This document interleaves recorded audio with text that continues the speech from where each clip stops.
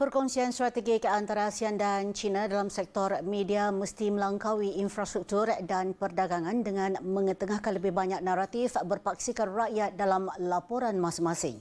Menteri Komunikasi Datuk Fahmi Fadzil berkata semasa kerajaan dan institusi memberi tumpuan kepada diplomasi, media memainkan peranan penting dalam membentuk persepsi awam dan memupuk persefahaman yang lebih mendalam dalam kalangan rakyat.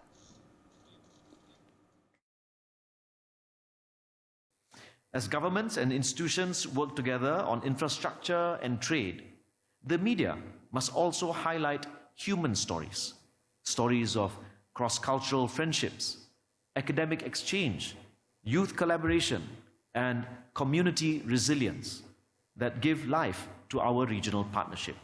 Semasa berucap di Forum Media dan Kumpulan Pemikir ASEAN-China 2025, Fahmi berkata kepelbagaian di ASEAN dan China yang keseluruhan populasinya berjumlah lebih 2 bilion adalah kekuatan yang harus lebih diketengahkan oleh media untuk mempromosikan nilai bersama.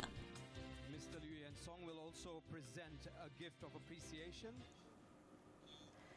Dalam perkara itu, Datuk Fahmi juga berkata bagi mengukuhkan kerjasama media antara ASEAN dan China, petugas media termasuk wartawan, editor dan pencipta kantungan mesti diperkasakan dengan kemahiran serta peralatan yang diperlukan untuk mengemudi persekitaran digital yang kompleks dengan profesionalisme dan bermatlamat.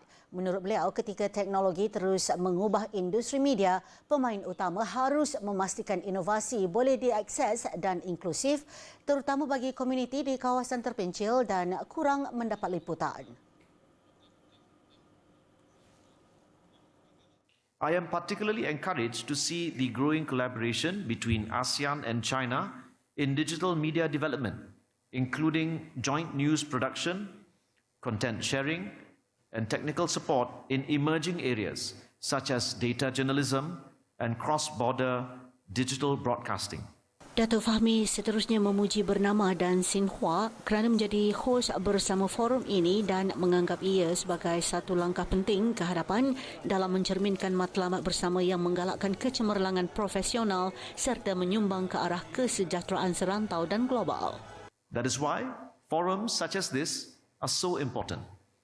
They enable us to strengthen regional cooperation in information exchange, journalism training, media ethics, and digital communications capacity building.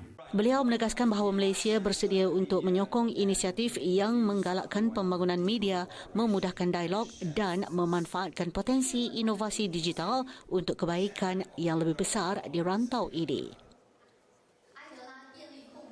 Institute of the National Strategic Communication of Peking University. 北京大学国际传播研究院名誉院长程曼丽女士。 From Mr. Liu Yansong, he is the editor-in-chief.